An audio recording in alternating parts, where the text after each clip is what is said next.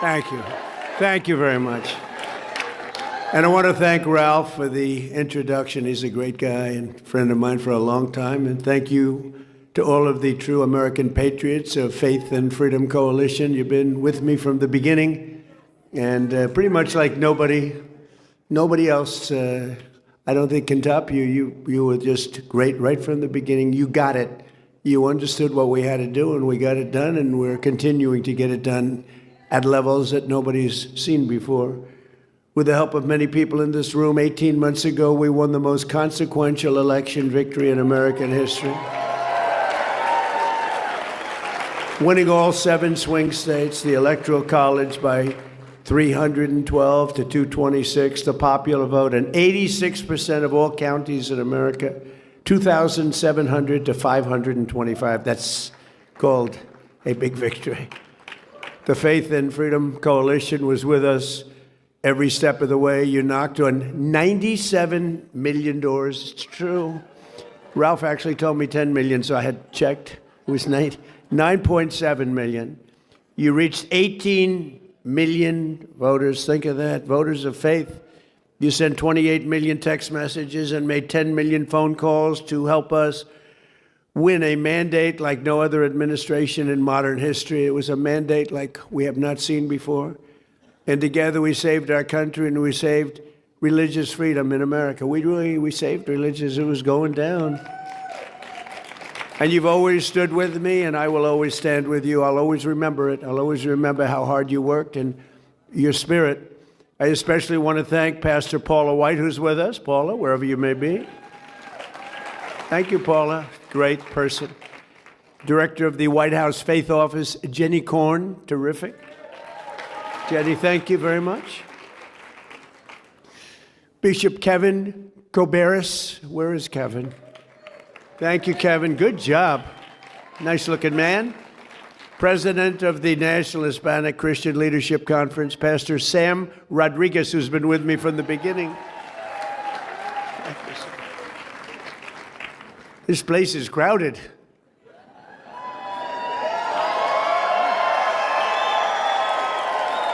I remember this place not so long ago. Hopefully, we'll have a little more pleasant. We're going to have a little more pleasant experience. I remember this room very well. A friend of mine who has been just incredible, Dr. Alveda King. Doctor, thank you. Thank you, darling. She's been with me also from the beginning. So many from the beginning. You can tell so much. The ones from the beginning, I don't know, they tend to be the ones, they're the ones they stay, and they stay like nobody. And we appreciate all of those people. An ambassador to the United Nations who's doing a really great job. Mike Waltz, he's around here someplace. Mike, doing a really good job. And just over 1 week from now, we will celebrate the 250th anniversary of the Declaration of Independence, marking 2.5 centuries of glorious American freedom. And thanks to the extraordinary work and incredible devotion of patriots like those people in this very, very crowded ballroom, today I can proudly report that on the edge of our 250th year, America is back. It's back. It's back. I believe better than ever before. And I'm especially pleased to say that, likewise, religion is back in our country, bigger and stronger than it has been in many, many years. Been reading all of those reports. Religion's really, it's going up. If that were stock, we'd be very, very rich, all of us. It's been great to watch. And as I've said before, to be a great nation, you have to have religion and you have to have God in your nation. If you don't have that, it just doesn't seem to work out, does it? And we have it. We have religion and we have God now. Remember when I first started, 2016, they wanted to take the Christmas out of Christmas. Remember that? We ended that little drive, but we ended a lot of other drives too. From the very beginning of our country, American greatness has been forged by people of faith, and the very first settlers who set foot upon this new world at Jamestown got off their ship, raised up a cross, and bowed down to the Lord in prayer.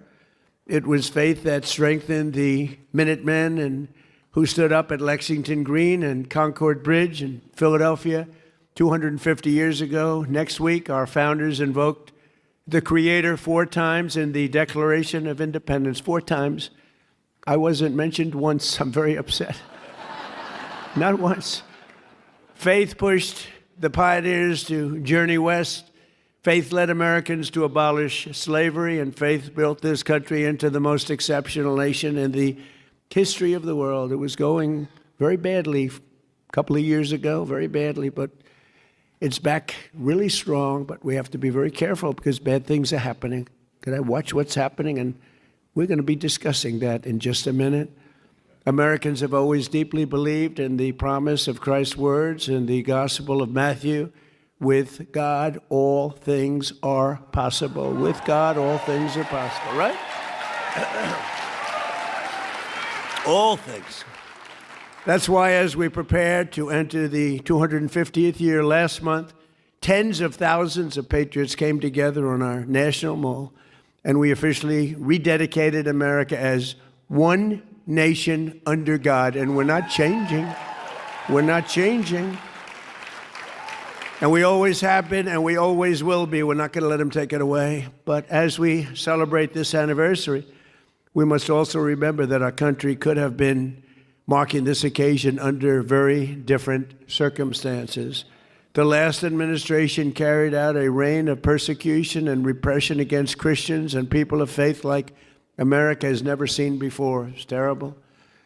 They turned a nation founded on freedom for believers into a place where Catholics were targeted by the FBI, where pro-life grandmothers were put in jail for praying, and where members of our military were thrown out of the armed forces for their religious beliefs. The radicals responsible for these offenses would have loved nothing more than to mark America's 250th anniversary by driving God from our public square once and for all. They wanted to do that. I don't know how anybody could vote for these people. They were so bad, they were so evil, and yet in many ways incompetent, certainly incompetent on policy, open borders, transgender for everybody, men and women's sports, just grossly incompetent ideologies, and so many more. But they did not get that chance because they lost an election in a landslide, and we won an election in a landslide. And while I am in the White House, I will defend Christians and all Americans of faith 100%. You have it 100%, and you've seen it already. So upon taking office, I created the first ever Presidential Commission on Religious Liberty, led by Texas Lieutenant Governor, a great guy. I don't know if he's here. I know he's coming over to my office in a little while, a thing called the Oval Office, beautiful office. Lieutenant Governor Dan Patrick, and my friend, Dr. Ben Carson.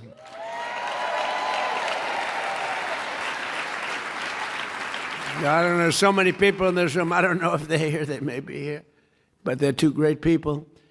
And later today at the White House, they will present me with their official report and recommendations to ensure that America continues to uphold the first right in our Constitution, and that's religious liberty. We have to uphold religious liberty, most important thing.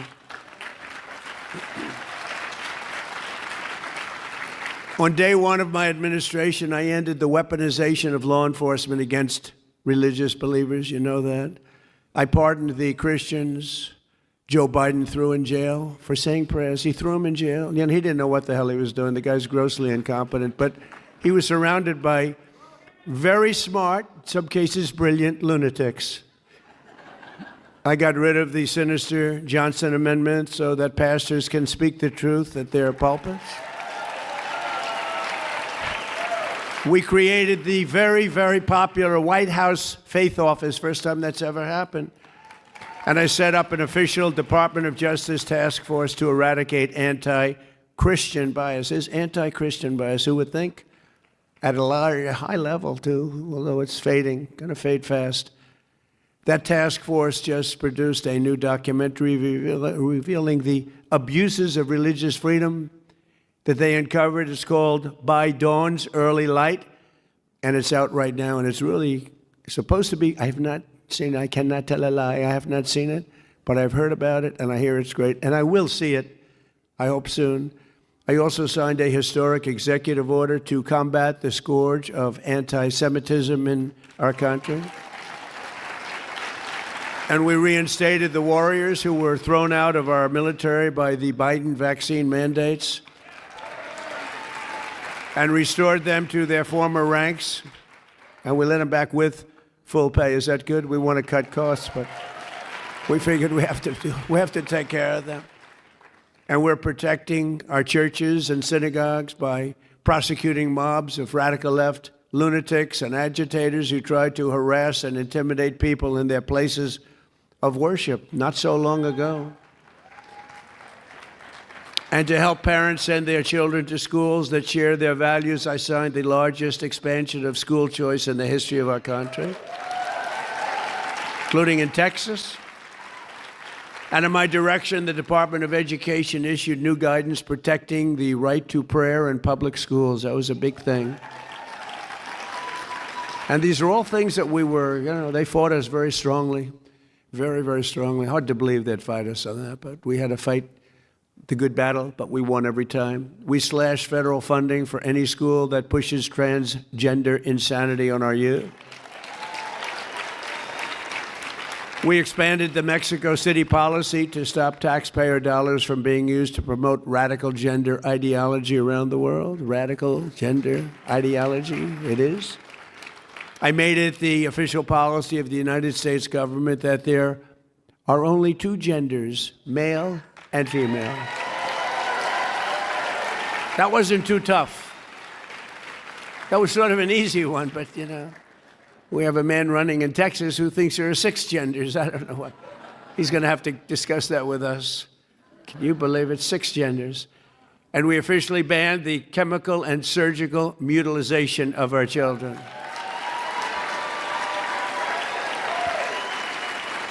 And now we have to pass the Save America Act to protect our sacred American elections. Have to pass it.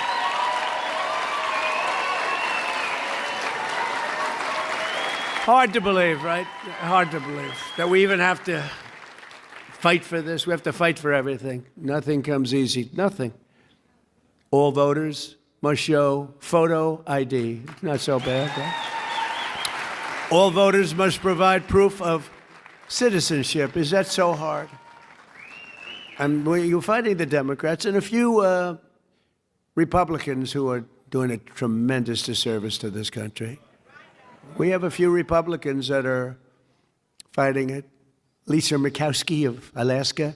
You should call her and tell her to get on the ball. She'll never win another election, I can tell you. She's got to vote. It's called the Save America Act. It's voter ID, ideally photo ID, right? So you can look and you can say, oh, that person's okay, or for lots of reasons, that person is not the same person. We want proof of citizenship. And we want no mail-in ballots except for illness, disability, and military deployment or travel. We'll be very judicious. Look what's happening in California, where the ballots still aren't in. They're still not, can you believe it? Weeks afterwards, you know what's happening? They're cheating.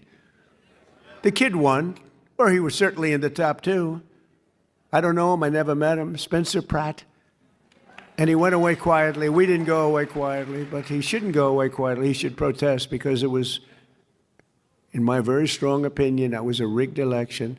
That kid should be in the runoffs. The woman who edged him out after like a long time, days and days. And then you'd hear reports, Spencer Pratt is not doing so well, even though he was strongly in the lead. And then you hear, Spencer Pratt has a 20% chance of being in the runoff. I said, they just rigged the election. And then you hear that a woman who nobody ever heard of is in the runoff, not him. And then they tried to hurt Steve Hilton, too. And I called the U.S. attorney and I said, you have to look into this because Steve Hilton did great. He's running for governor. And you could see it. The election was there. He was doing great. Then day after day, you'd hear reports about vote counting. They go on for weeks. You know, Colombia just had an election. The country of Colombia, 30 million voters. And I endorsed. I'm endorsed. We do so well with endorsements, like almost 100% success. But I endorsed somebody running, El Tigre. El Tigre. I liked him. You know why? Because he likes me. I don't know. He used to talk about Trump. I like President Trump. I don't know. How can you not let? So I endorsed him. I didn't know. He was in way down the list. He was not going to win. No chance of winning. I endorsed him and he won. He just announced he won. But think of it. They had 30 million votes. By 9:30 in the evening, every single vote was counted. And there were no complaints. He won. Every vote was counted. Here we are in California. They're going to go for weeks and weeks and weeks. And you know what they do? They cheat. How many votes do we need? How many votes? That's why they take their time. How many votes do we need? Okay, here they are. Honestly, it's terrible. We're a third world country with elections. And we will also enshrine a permanent law that says very easily and succinctly, no men in women's sports and no transgender surgery for our children. Never forget, if the radical left ever gets the chance, they will bring all of this insanity right back at levels that you've never seen before. You will never have seen anything like it if they ever get their chance. And they're trying like hell. I call them the Democrats. I exchanged an E for a U, the Democrats. And it's trending number one, the word Democrat. I just can't believe I didn't think of it 9 years ago. I should have thought. The Democrats, they are horrible. They want to resume the transgender mutilation of our children. They want to restart the war on Christians and churches. And as you saw with the communists elected in New York City recently, they're communists, they're not social democrats. They want to completely destroy the traditional American way of life. Communism is very easy to sell. It destroys everything, but it's very easy. I'll be honest, I think I'd be the greatest communist in history. I'd give free rent. Ladies and gentlemen, from now on, you don't have to pay any rent. From now on, anybody wants a house, don't worry about it. Just pick the house you want. Everybody gets free food. Everything is free from this point forward. Everyone's going to vote for me. The problem is, after 2 or 3 years, the country is a disaster area. The country fails. They always do. It always does. So easy to sell. That first year, boy, you're the most popular. It's happening right now in New York and California. But you'll start living in squalor. You'll live in squalor. There will be no food. There will be no housing. There will be no military. There will be no law and order. There will be no nothing. There will be no nothing.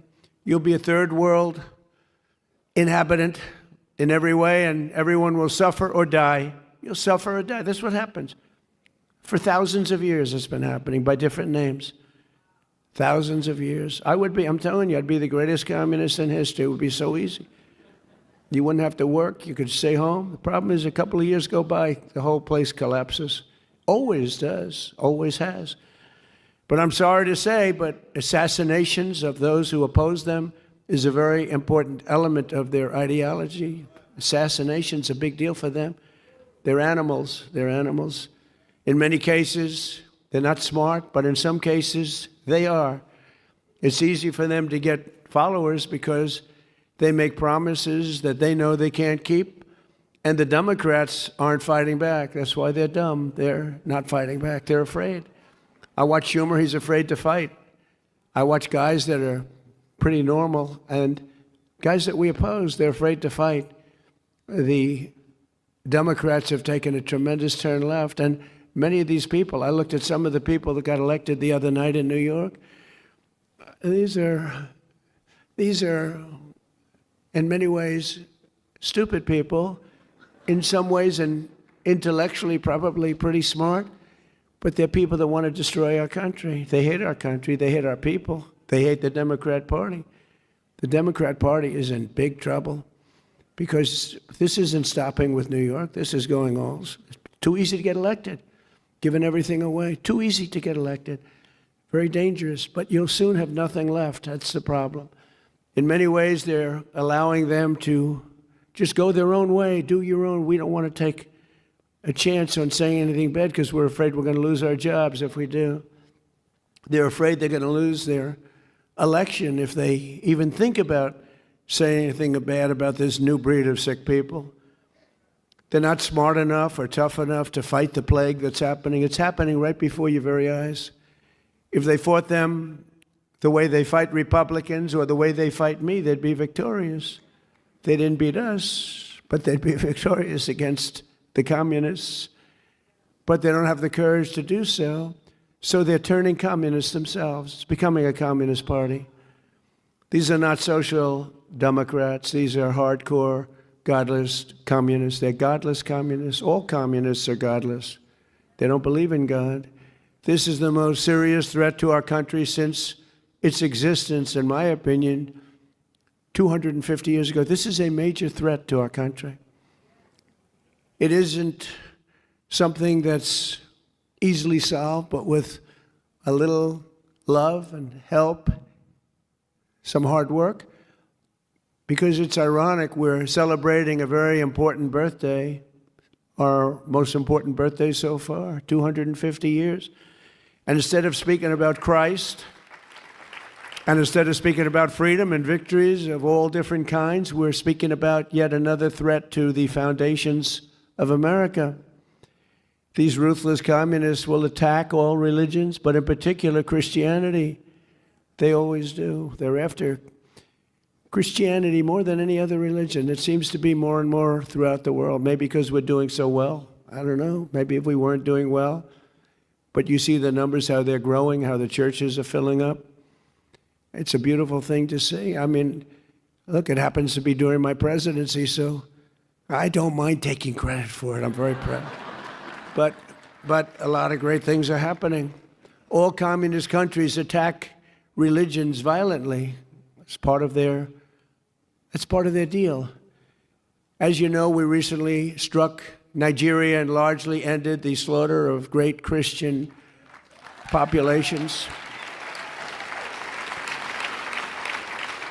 They have a great Christian population. They were being butchered. Thousands and thousands of people were being killed. Children, women, old people, just being slaughtered, hatched to death.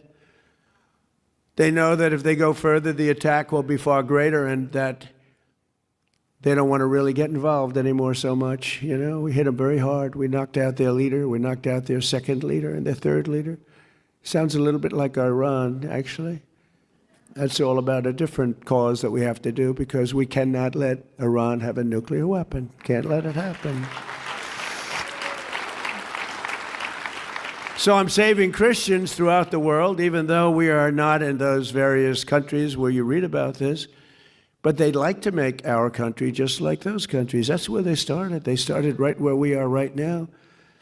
But I'm saving them by hitting these terrorists very violently and very hard. We're hitting them very hard by the greatest weapons on earth, taking them out. We know where they are. We hunt them down and we take them out. Think of it. They go into a village and they just kill everybody. It's like crazy.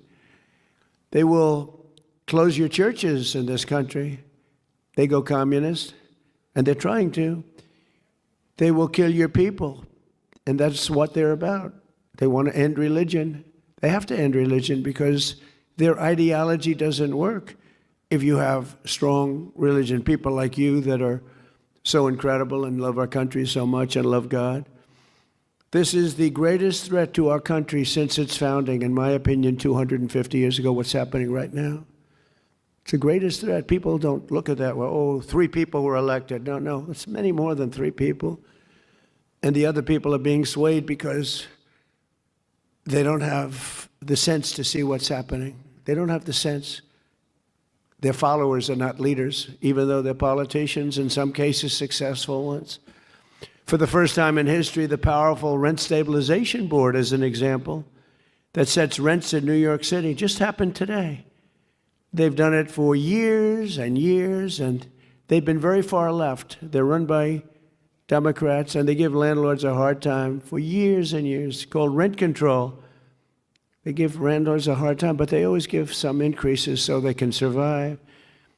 But they just came out, first time ever, with a ruling, 0 rent increases for landlords, 0 for the next 2 years, despite the fact that energy, supplies, real estate taxes, and just about everything else has gone up.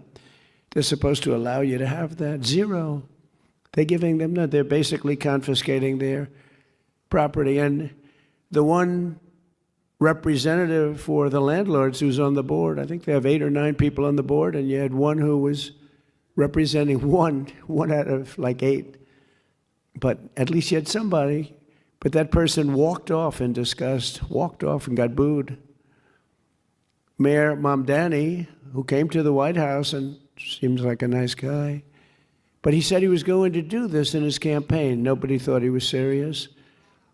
He said he was going to make sure that people don't have a rent increase, even though energy went up. It's going to come down. It's coming down fast right now. I hope you're watching what's happening. We had a low number just now, $69 a barrel. That was, some people said it was going to be $350 by now. 69, it's going to be 300, 350. Never hit those numbers at all, even in the height of it all.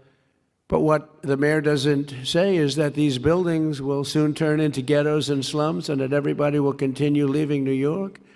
And as this spreads throughout the country, very much like an uncontrollable form of cancer, the country itself will be taken down. It will be third world, strictly third world. And it's happened many times before to very big and very powerful countries. But it's not going to happen to the United States of America. No way.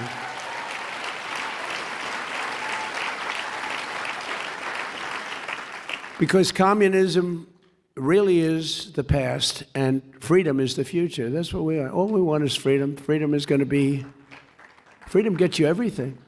Everyone needs to get out and vote in the midterms. We have to win this election. This election is very vital. If we don't, everything that we've gotten so much. I mean, religious liberty, but we've gotten so much.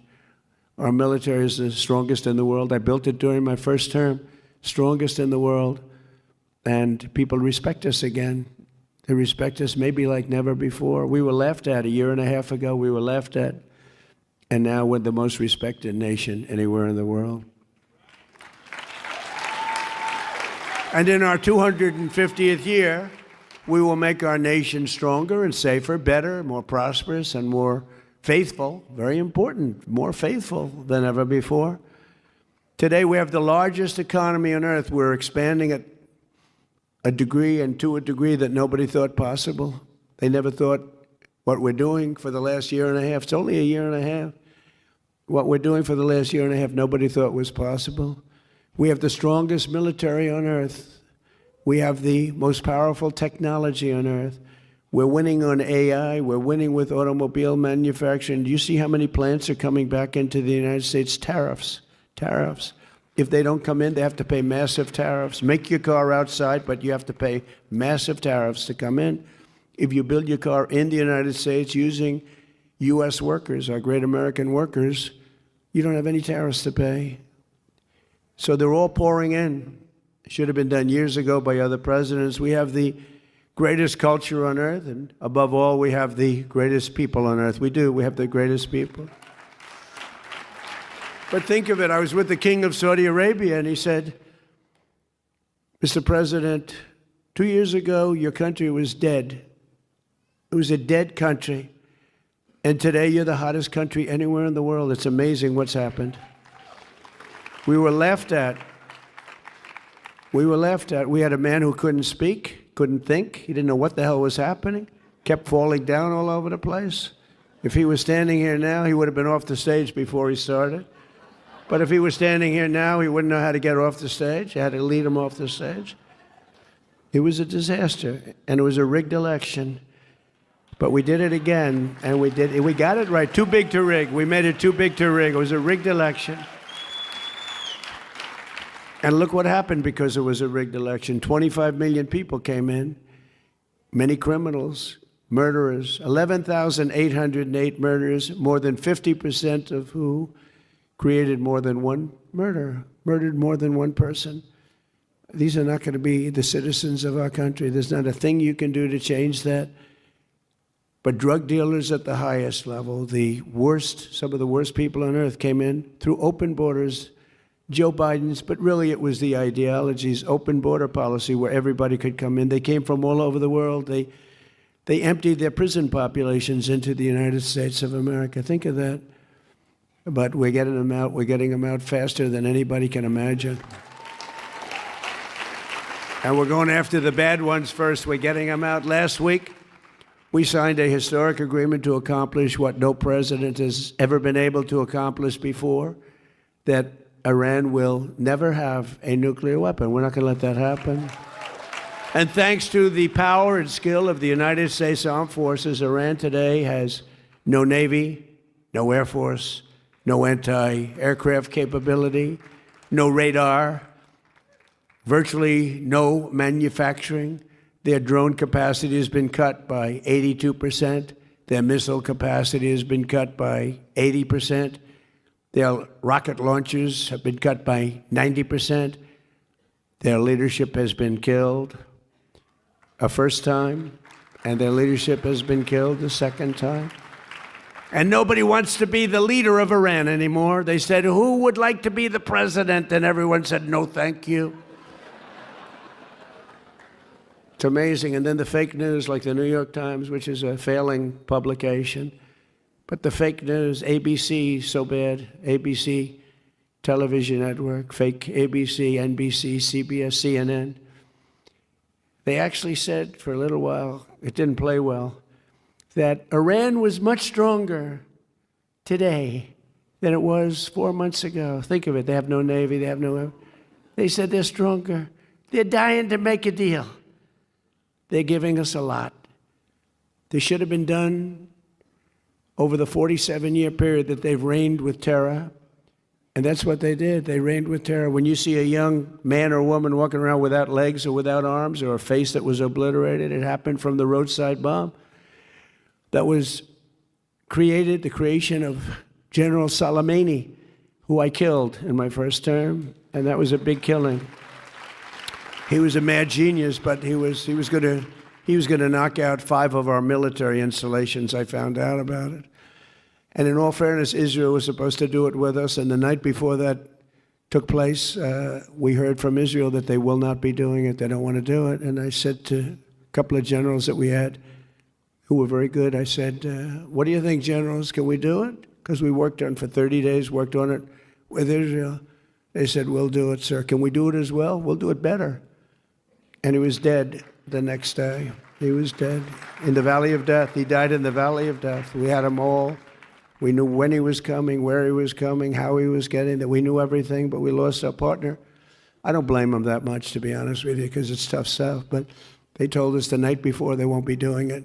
We did it ourselves, and we did it so incredibly well. We also took out the head of Iraq's ISIS division, and we took out both of them by luck with Iraq. But had he lived, because he was a brilliant general, very sick man mentally, but he was a brilliant general, it may have been a different story. I don't think so. I think we would have knocked the hell out of him whether he was there or anybody else was there. But he was a brilliant general. It was one of the biggest things ever to happen in the Middle East, the killing of Soleimani. People have said it's the biggest thing to happen in 100 years because he was a dominant force. I actually think that Khomeini and all of the people in Iran were happy about it because they were afraid of him too. Over the past few weeks, the stock market and your 401ks skyrocketed upward like pretty much nobody's seen before. Oil prices are plummeting downward, and the world is a much safer place. We had to take that detour to knock out Iran. If we didn't do that, and we still have a fight. They have some capability, not much. They're not winning or anything, but they have some capability. They can still shoot. You know, they shot a drone yesterday at a big ship going into the Hormuz Strait. They shot 4 of them. We knocked down 3 of them. One of them, I guess, we didn't miss it. Nobody saw it coming. And it hit a ship and did some damage. But you can't do that stuff. But very soon we're going to be at $2.50 gasoline. You know, I was in Iowa making a speech the day before we did the attack. And again, we had to turn it around. Everything was going so well. It's like, you're doing so well. We have the best economy. Everything's great. And I I brought my people into the room, my financial people and other people. I said, listen, we just set a record in the stock market. We just set a record in every single thing, including 401ks. Your 401ks, most of you have 401ks, are at the highest they've ever been, everything. But this was true 3.5 months ago, before the attack. Everything was good. We had records and everything. We were doing great. And I said, I hate to tell you, but we're going to have to take a detour. We're going to have to go to war or go to a military operation, which my people would prefer that I use as a term because war means things that they don't like. But whether you call it war or not, it is what it is. And we're going to go down to the Islamic Republic of Iran, and we're going to have to hit them very hard. And don't forget, when Barack Hussein Obama did the JCPOC, if you look at that, Barack Hussein Obama, have you heard of him? He was a disaster. He was a disaster. He gave them $1.7 billion in cash, $1.7 billion in cash, and tens of billions of dollars. Gave it to Iran, thought he could buy their friendship. And it was just the opposite. They used the money and they built missiles and everything else. And I terminated the JCPOA. It was his agreement. It was the Iran nuclear deal. It was a disaster. By the way, it expired a long time ago, but I terminated it long before it expired. If I didn't do that, Iran would have had a nuclear weapon. If I didn't send the B-2 bombers in 10 months ago, they would have had a nuclear weapon. We obliterated that nuclear dust. Very important. And then you wouldn't have Israel. Israel would be gone. I know you have a lot of good fans of Israel in this room. And Israel would have been gone, and probably the Middle East would have been gone. And they could have taken a shot. We would have wiped them out pretty quick, but they could have taken a chunk of us too. But in my first term, I created the greatest economy in the history of the world. The first term was a great success and rebuilt the military, did everything. But now we're blowing it away. We're doing much better this time. And again, we did have to make that excursion. How would you like to be given the best numbers we've ever had as a country and tell people, guess what, we're going to war? And nobody in the room knew what I was talking about because it wasn't their thing. And I said, we got to stop them from having a nuclear weapon. Because you want to see problems? Let a crazy country have a nuclear weapon. You'll see problems like you've never seen before. The stock market has set 73 all-time record highs since the election. And more Americans are working today than at any time in the history of our country. That's pretty good. In January 2025, we inherited the worst, most dangerous, most wide open and insecure border in history. I actually think in the history of the world, I don't think it's just here. You could just walk into the country, and again, they were letting prison populations, they were taking buses and dropping them off at our border, and people coming out, murderers coming out of prison, drug dealers, the worst people. They made our criminals look like nice people. That's the only thing nice. Our criminals, for the first time, looked very nice by comparison to these people. But they dropped 25 million people over 4 years into our country. And it's the single hardest job I have, getting them out. We're getting them out pretty rapidly, but it's a very hard thing. But think of it, prison populations from the Congo, from all parts of South America, from all parts of the world, were taken in, driven through Mexico, and dropped off in our border, and they would walk right into our country. And we've quickly turned it into the strongest and most secure border in the history. We have the strongest border we've ever had now. And for the past 13 months, 0 illegal aliens have been admitted into the United States. 0. We have 0. And those are the numbers, they report them. And they're taken by sort of a left kind of a group. The stats, if anybody did, they'd like to report them. But we have 0. And they don't even try because they know they're probably not going to get in, so they're not going to make this very dangerous march. We're saving a lot of lives. Because in those caravans, remember I named them caravans, they'd have 25,000 people, sometimes more. But they'd come up from South America and all through Mexico. They'd go all through. And they go through jungles. In Colombia, really tough jungles too, dangerous jungles. And women would die and women would be raped. Remember when I said they get raped, crime, murder, and everyone, my first speech My first speech was controversial. When I announced I was running, everyone said, "What do you mean raped?" What I said was peanuts compared to what happened. And the women would come up and they'd die. They'd be raped. A lot of people would die on those caravans. The journeys up were, they call them journeys through hell, because they had to go through jungles. They had to go through very dangerous areas. And the people that got here would just walk right into our country. We had no idea who they were. Nobody would even stand there and check. They just came in. Come on in. Come on in. This was Sleepy Joe Biden's ideology that was forced on him by much smarter people than him that wanted to destroy our country because he had no clue. But with the help of our law enforcement heroes in 2025, we achieved the largest drop in the murder rate ever recorded in our country's history 125 years ago. Think of that, think of that. The year 1900, that was before my father. My father would hate me saying that because it's a long time ago, but that was before my father was born. I had a wonderful father and mother, and family. But the lowest murder rate in 125 years. Washington, D.C. is now one of the safest, most beautiful cities in the country. And just a little while ago, it was a killing machine. Think of that. A year and a half ago, Washington was a very unsafe city. Now it's one of the safest cities in the country. It's one of the most beautiful cities. Doug Burgum and myself and a whole group of people did a great job on the monuments and fountains. And the reflecting pool was so beautiful. They tried to destroy it. They cut it up with a box knife and tried to destroy it. And it's in great shape now. They're terrible. They're vandals. They've caught 6 of them, I guess, maybe more. They've got others in line to be caught. But we just inspected it. We'll fix it right after the 4th of July. Got to let the water out, just fix it. But we caught them. They would cut it, and they would grab this very expensive and very good material, totally waterproof, and they rip it. These people are sick. They ripped a scar 350 feet long through the side of the reflecting pool. These are the people we're dealing with. These are the people that want to destroy our country. But we've invested a record $1 trillion in the United States Armed Forces, and we're going this year for $1.5 trillion, all made in the USA.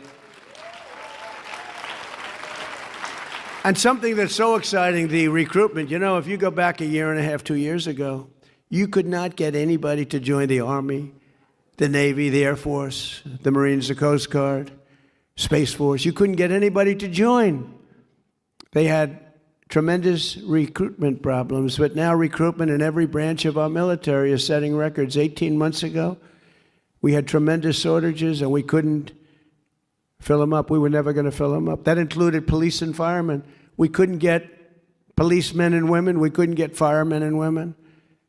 Anything with a uniform because they were ashamed of our country, because we had people that were not respected. You have to respect the president. If you don't respect the president, you're going to have a problem. They had no respect. And now we have waiting lists. Now you can't get into the military. Literally, we went from the worst recruitment numbers ever in 1 year to the best recruitment numbers ever. And it all started on that beautiful day, November 5th, right? A thing called Election Day. And as soon as we won, before I even got to do anything, those numbers started going through the roof. People love our country again, and they have spirit. You always loved it, but you were down, you were depressed. You were not feeling too good about our country, especially you as people with a great religion and a fervor for Christianity and religion. You should be depressed. You should have been, but now you're riding high, but we have to be careful. We don't want to lose it. We've got to win the midterms. We've got to win the election coming up, and we're gonna be in good shape. But you have to expose them. If you don't expose them, I mean, I stand here and I expose them. Some people don't do it right. They say they're going to get free rent. Well, that's okay to say, but everyone's going to vote for them, except for a few of the people in this room. But you have to say they're going to get free rent. But in 2 years, everything is going to collapse and you're going to live in squalor. When you say that, you can beat the free rent. You can beat the fact that they're going to take your house away and give it to somebody else, which is essentially what they'd like to do. But it's happened so many times over the years with really powerful countries, and we're not going to let it happen. So we have the strongest and most powerful military anywhere in the world. I built it in my first term, using it a little bit in my second term. And we're once again using it to defend America's interests and American values. Look at what happened in Venezuela. We have a great, and by the way, we're helping Venezuela. They had a tremendous earthquake, a lot of people killed, and unbelievable, right in Caracas. And we have a lot of people over there helping, but Venezuela's been fantastic. We've had a great relationship. It was a one-day war. We hit them so hard, and one-day war. Now we've taken out millions of barrels of oil, and we've paid for the war many times over. But just as importantly, they are doing better than they've ever done. They're making more money than they've ever done. They've never made the money that they're making now. And it's really, I mean, outside of what happened last night with that was terrible what happened. It was a big earthquake, knocked down buildings. But outside, it was really, it's a happy country again. The people are happy. They're dancing in the streets.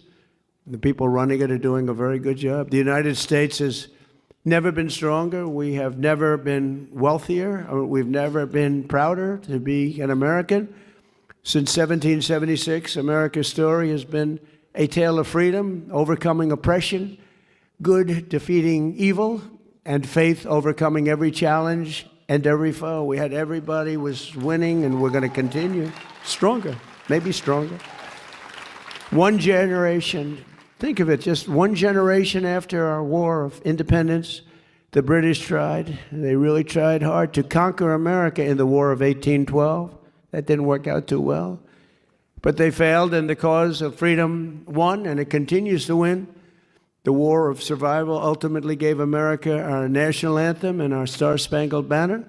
Many Americans know the story of Francis Scott Key writing the words of the anthem, and watched the flag under attack, and he wrote those beautiful words. But what few realize is that the very same poem also inspired our national motto. The fourth verse of the song ends in these words, and this be our motto, in God we trust. In God we trust.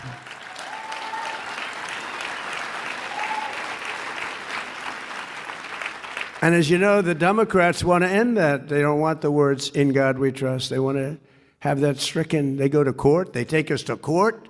We're never changing that. We'll fight for that. We're not changing that.